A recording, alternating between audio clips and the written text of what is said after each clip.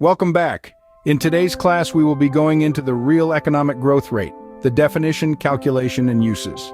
The definition of real economic growth rate.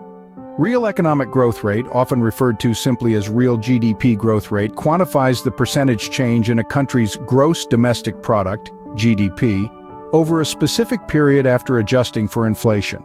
Unlike nominal GDP, which reflects the current market value of goods and services produced, real GDP accounts for changes in price levels, providing a more accurate measure of economic output.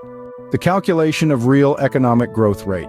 The formula for calculating the real economic growth rate is as follows. Real economic growth rate equals real GDP final year minus real GDP initial year divided by real GDP initial year multiplied by 100%, where the real GDP underscore final year is the inflation-adjusted GDP for the final year of the period, and real GDP underscore initial year is the inflation-adjusted GDP for the initial year of the period. Let's go to the practical applications of real economic growth rate. Economic performance assessment. Real economic growth rate serves as a crucial indicator of an economy's overall performance and trajectory.